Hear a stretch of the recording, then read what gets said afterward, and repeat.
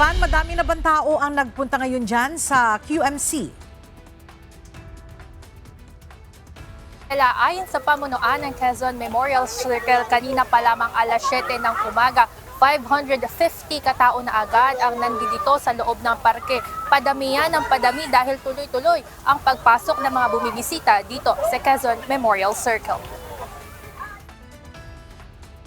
5:30 pa lamang ng umaga ay bukas na ang Quezon Memorial Circle para sa mga pamilya, magkakaibigan o mga individual na nais gugulin ang mismong araw ng holiday sa labas ng kani-kaniyang mga bahay. Ang Tolosig family nakaugalian ng pumunta sa mga ganitong pasyalan kapag holiday upang bigyan ng pagkakataon ang kanilang mga anak na makapag-enjoy at makihalubilo sa ibang mga kabataang nandirito sa parke.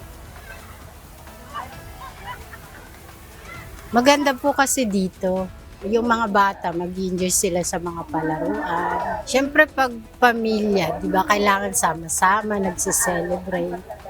Mas masaya yun.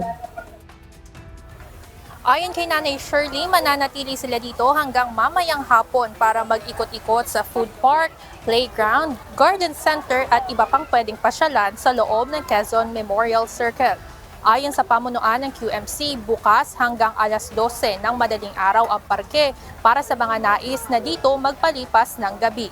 Paalala naman nila na kasabay ng pamamasyal ay ugaliin rin ang kalinisan dahil mahigpit na ipinagbabawal ang paggamit ng bottled waters dito sa loob ng QMC.